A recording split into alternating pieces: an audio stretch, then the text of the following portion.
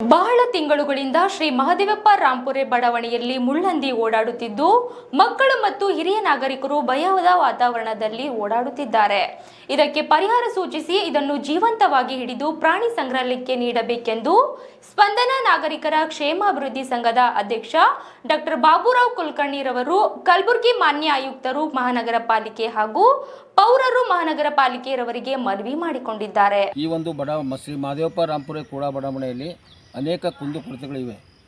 ಆ ಕುಂದುಕೊರತೆಗಳ ಬಗ್ಗೆ ನಾವು ಜಿಡಿ ಆಯುಕ್ತರಿಗೂ ಮತ್ತು ಅಧ್ಯಕ್ಷರಿಗೂ ಮತ್ತು ಶಾಸಕರಿಗೂ ಮತ್ತು ಮಹಾನಗರ ಪಾಲಿಕೆ ಆಯುಕ್ತರಿಗೂ ಕೂಡ ಹಲವಾರು ಬಾರಿ ಮೌಖಿಕವಾಗಿ ಮತ್ತು ಲಿಖಿತವಾಗಿ ಮನವಿ ಸಲ್ಲಿಸಿದರೂ ಕೂಡ ಈ ಬಡಾವಣೆಯಲ್ಲಿ ಯಾವುದೇ ಒಂದು ಅಭಿವೃದ್ಧಿ ಕಾರ್ಯ ನಡೀತಾ ಇಲ್ಲ. ಶಾಸಕರು ಬಂದು ಗುದ್ದಲಿ ಪೂಜೆಯನ್ನು ಮಾಡಿದ್ರು, ಇನ್ನೂ ರಸ್ತೆ ಕಾಮಗಾರಿ ಇನ್ನೂ ಪ್ರಾರಂಭ ಆಗಿಲ್ಲ. ಮತ್ತು ಇಲ್ಲಿ ಒಂದು ಸಿದ್ಧಿವಿನಾಯಕ ದೇವಸ್ಥಾನ ಇದೆ, ಆ ಗಾರ್ಡನ್ನಲ್ಲಿ ಬೋರ್ವೆಲ್ ಹಾಕಿದ್ದಾರೆ. ಅಲ್ಲಿ ಪಂಪ್ಸೆಟ್ ಇಲ್ಲ, ಹಾಕ್ತೇವೆ ಅಂತ ಹೇಳಿದ್ರು. ಆಯುಕ್ತರು ಬಂದಾಗ ವಿಸಿಟ್ ಮಾಡಿದ್ರು, ಅಧ್ಯಕ್ಷರು ಬಂದಾಗ ವಿಸಿಟ್ ಮಾಡಿ ಬೋರ್ವೆಲ್ ಹಾಕ್ತೀವಿ ಅಂತ, ಬೋರ್ವೆಲ್ ಮೋಟ್ರ್ ಕನೆಕ್ಷನ್ ಕೊಡ್ತೀವಿ ಅಂತ ಹೇಳಿದ್ರು. ಅದು ಕೂಡ ಕೊಡಲಿಲ್ಲ. ಮತ್ತು ಇಲ್ಲಿ ಪೂರ್ಣವಾಗಿ 250 ಎಕರೆ ಏನು ಜಿಡಿ ಬಡಾವಣೆ ಇದೆ, ಪೂರ್ಣವಾದ ಹದಗೆಟ್ಟ ರಸ್ತೆಗಳು ಇಲ್ಲಿ ಇವೆ. ಆ ಹದಗೆಟ್ಟ ರಸ್ತೆಗಳಿಗೆ ಡಾಂಬರೀಕರಣ ಮಾಡಿರಿ ಅಂತ ತಿಳ್ಕೊಂಡು ಹಲವಾರು ಬಾರಿ ಮನವಿ ಕೂಡ ಮಾಡಿದ್ದೀವಿ. ಮತ್ತು ಇಲ್ಲಿ 2 ಹೆಣ್ಣು ಮಕ್ಕಳ ಹಾಸ್ಟೆಲ್ ಇವೆ, 6 ಗಂಡು ಮಕ್ಕಳ ಹಾಸ್ಟೆಲ್ ಇವೆ. ಆ ಹಾಸ್ಟೆಲ್ಗಳ ಒಂದು ವಾಚನಾಲಯ ಬೇಕಾಗಿದೆ ಅಂತ ತಿಳ್ಕೊಂಡು ನಾವು ಮನವಿಯನ್ನು ಕೊಟ್ಟಿದ್ದೇವೆ. ಈಗ CA ಸೈಟ್ ಕೊಡ್ತೇವೆ ಅಂತ ಒಪ್ಪಿಕೊಂಡಿದ್ದಾರೆ. ಮತ್ತು ಉಪನಿರ್ದೇಶಕರಿಗೆ ವಾಚನಾಲಯ ಇವರಿಗೆ ನಾವು ಮನವಿ ಮಾಡಿದ್ದೇವೆ. ಅವರು ಕೂಡ ನಾವು ಅವ್ರಿಗೆ ಭೇಟಿಯಾಗಿ ನಾವು CA ಸೈಟ್ ಪಡೆಯುತ್ತೇವೆ ಅಂತಕೊಂಡು ಹೇಳಿದ್ದಾರೆ. ಈ ಒಂದು ಬಡಾವಣೆಯಲ್ಲಿ ರಸ್ತೆಗಳ ಜೊತೆಯಲ್ಲಿ ವಿದ್ಯುತ್ ದೀಪಗಳು, ಬೀದಿ ದೀಪಗಳು ಯಾವುದೇ ಇಲ್ಲ. ಬೀದಿ ದೀಪಗಳು ಹಾಕಬೇಕಂತ ತಿಳ್ಕೊಂಡು ಶಾಸಕರು ಮತ್ತು ಅಧ್ಯಕ್ಷರು, ಜಿಡಿ ಅಧ್ಯಕ್ಷರು ಒಂದು ಕಾರ್ಯದರ್ಶಿಗಳಿಗೆ ಹೇಳಿದರು, ಕಮಿಷನರ್ಗೆ. ಆದರೂ ಕೂಡ ಒಂದು 20-25 ದಿವಸ ಆದರೂ ಕೂಡ ಈ ಬಡಾವಣೆಯಲ್ಲಿ ಲೈಟ್ಗಳಿಲ್ಲ. ನಾವು ಚಿಂತನ ಮಂಥನ ಶ್ರಾವಣ ಮಾಸದ ಕಾರ್ಯಕ್ರಮವನ್ನು ಈ ಒಂದು ಅಮಾವಾಸ್ಯೆ ಮರುದಿವಸ ಪ್ರಥಮ ತಿಥಿಯನ್ನು ಪ್ರಾರಂಭ ಮಾಡ್ತಾಯಿದ್ದೇವೆ. ಆದರೆ ಈ ಬಡಾವಣೆಗೆ ಆ ಒಂದು ರಾತ್ರಿ 7ರಿಂದ 8:30 ಗಂಟೆವರೆಗೆ ಇರ್ತದೆ. ಆ ಒಂದು ಕಾರ್ಯಕ್ರಮದಲ್ಲಿ ಅನೇಕ ಮುಳ್ಳಹಂದಿಗಳು ಓಡಾಡ್ತವೆ. ಆ ಮುಳ್ಳಹಂದಿಗಳ ಬಗ್ಗೆ ನಾವು ಅರಣ್ಯ ಇಲಾಖೆಯವರಿಗೂ ಮಹಾನಗರ ಪಾಲಿಕೆಯವರಿಗೂ ಮತ್ತು ಜಿಡಿ ಬಡಾವಣೆಯ ಎಲ್ಲ ಅಧಿಕಾರಿಗಳಿಗೆ ನಾವು ತಿಳಿಸಿದ್ದೇವೆ. ಆದರೂ ಕೂಡ ಆ ಹಂದಿಯನ್ನು ಹಿಡಿದು ಸಂರಕ್ಷಣೆ ಮಾಡಿ ಅದನ್ನು ನಾವು ಈ ಒಂದು ಬೇರೆ ಕಡೆ ವರ್ಗಾಯಿಸಬೇಕಂತ, ಪ್ರಾಣಿ ಸಂಗ್ರಹಾಲಯಕ್ಕೆ ಕೊಡಬೇಕಂತ ಕೂಡ ಮನವಿ ಕೂಡ ಲಿಖಿತವಾಗಿ ಮಾಡಿದ್ದೇವೆ. ಮತ್ತು ಅದನ್ನು ವಿಡಿಯೋ ಕೂಡ ನಾವು ಕಳಿಸಿದ್ದೇವೆ. ಇನ್ನೂವರೆಗೆ ಆ ಕಾರ್ಯ ನಡೆದಿಲ್ಲ.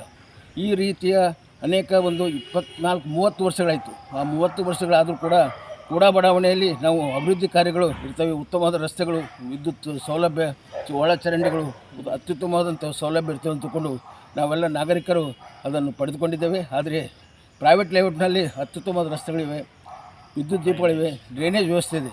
ಇಲ್ಲಿ ಮಾದರಿಯಾಗಿರುವಂಥ ಒಂದು ಕೂಡ ಬಡಾವಣೆ ಇಲ್ಲಿವರೆಗೆ ಯಾವುದೇ ರಸ್ತೆಗಳಿಲ್ಲ. ಹೀಗಾಗಿ ಅನೇಕ ವಯಸ್ಕರ ನಾಗರಿಕರು, ಮಕ್ಕಳು, ವಿದ್ಯಾರ್ಥಿಗಳು ಮತ್ತು ಮಹಿಳೆಯರು ಜಾರಿ ಬೀಳುವಂಥ ಪರಿಸ್ಥಿತಿ ಇದೆ. ಈ ರೀತಿಯಿಂದ ನಗರ ಒಂದು ಪಾಲಿಕೆಯ ಸದಸ್ಯರು ಸಾಕಷ್ಟು ಪ್ರಯತ್ನ ಮಾಡಿದ್ದಾರೆ. ಅವರು ಕೂಡ ಮಾಡ್ತೇವೆ ಅಂತ ಕೂಡ ಆಶ್ವಾಸನೆ ಕೊಟ್ಟಿದ್ದಾರೆ. ಮತ್ತು ಶಾಸಕರು ಕೂಡ ಹೇಳಿದ್ದಾರೆ, ಮಾಡ್ತೇವೆ ಅಂತ ಕೂಡ ರೀತಿಯ ಆಶ್ವಾಸನೆ ಕೊಟ್ಟಿದ್ದಾರೆ. ಹಲವಾರು ಆಶ್ವಾಸನೆಗಳು ಬಂದು ನಾವು ಆ ಆಶ್ವಾಸನೆಗಳನ್ನು ನಂಬಿ ಇನ್ನೂವರೆಗೆ ಕೂತಿದ್ದೇವೆ. ಯಾವುದೇ ಬಡಾವಣೆಯಲ್ಲಿ ರಸ್ತೆಗಳಾಗಲಿ ಮತ್ತು ವಿದ್ಯುತ್ ದೀಪಗಳಾಗಲಿ ಇಲ್ಲ. ಈ ಕಾರಣದಿಂದಾಗಿ ನಾವೆಲ್ಲರೂ ಬಡಾವಣೆ ನಾಗರಿಕರು ಭಯದ ವಾತಾವರಣದಲ್ಲಿದ್ದೇವೆ. ಆ ಮುಳ್ಳಂದಿಯನ್ನು ನೋಡಿದಾಗ ಇಲ್ಲಿ ಮಕ್ಕಳಿಗೆ ಮತ್ತು ಹಿರಿಯ ನಾಗರಿಕರಿಗೆ, ಮಹಿಳೆಯರಿಗೆ ತೊಂದರೆ ಉಂಟು ಮಾಡ್ತಾಯಿದ್ವಿ. ಅದನ್ನು ತಾವು ಪರಿಗಣಿಸಿ ಶೀಘ್ರದಲ್ಲಿ ವ್ಯವಸ್ಥೆ ಮಾಡಬೇಕು ಮತ್ತು ಶೀಘ್ರದಲ್ಲಿ ವಿದ್ಯುತ್ ದೀಪಗಳನ್ನು ಅಳವಡಿಸಬೇಕು. ಮತ್ತು ಅನೇಕ ಇಲ್ಲಿ 8 ಗಾರ್ಡನ್ಗಳಿವೆ. ಶ್ರೀ ರಾಜೀವ್ ಗಾಂಧಿ ಥೀಮ್ ಪಾರ್ಕ್ ಅಂತಿದೆ. ಆ ರಾಜೀವ್ ಗಾಂಧಿ ಥೀಮ್ ಪಾರ್ಕ್ ಬಗ್ಗೆ ಕಾಮಗಾರಿ ಪ್ರಾರಂಭ ಮಾಡ್ತೇವೆ ಅಂತಕೊಂಡು ಹೇಳಿದ್ದಾರೆ. ಇನ್ನೂವರೆಗೆ ಪ್ರಾರಂಭ ಮಾಡಿಲ್ಲ. ಮತ್ತು ಹಾಸ್ಟೆಲ್ಗಳಲ್ಲಿ ವ್ಯವಸ್ಥೆ, ಅಲ್ಲಿ ಅನೇಕ ವಿದ್ಯಾರ್ಥಿಗಳು ರಸ್ತೆ ಮೇಲೆ ಕೂತು ಒಂದು ಮೊಬೈಲ್ ನೋಡುವಂಥ ಪರಿಸ್ಥಿತಿ ಬಂದಿದೆ. ಆ ಒಂದು ವಾಚನಾಲಯ ಇದ್ದರೆ ಆ ವಾಚನಾಲಯದಲ್ಲಿ ಕುಳಿತು ಅಭ್ಯಾಸ ಮಾಡುವಂಥ ಪರಿಪಾಠ ಬೆಳೆದು ಅತ್ಯುತ್ತಮವಾದಂಥ ನಾಗರಿಕರನ್ನು ಮಾಡಲಿಕ್ಕೆ ಸಾಧ್ಯ ಇದೆ.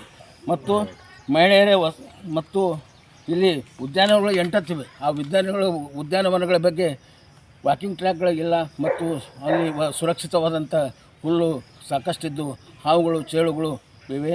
ಮತ್ತು ಈ ಒಂದು ಬಡಾವಣೆಯಲ್ಲಿ ಒಂದು ಅಮಾವಾಸ್ಯೆ ಮತ್ತು ಹುಣ್ಣಿಮೆ ದಿನದಂದು ನಾವು ಭಜನೆಯನ್ನು ಮಾಡ್ತಾಯಿದ್ದೇವೆ.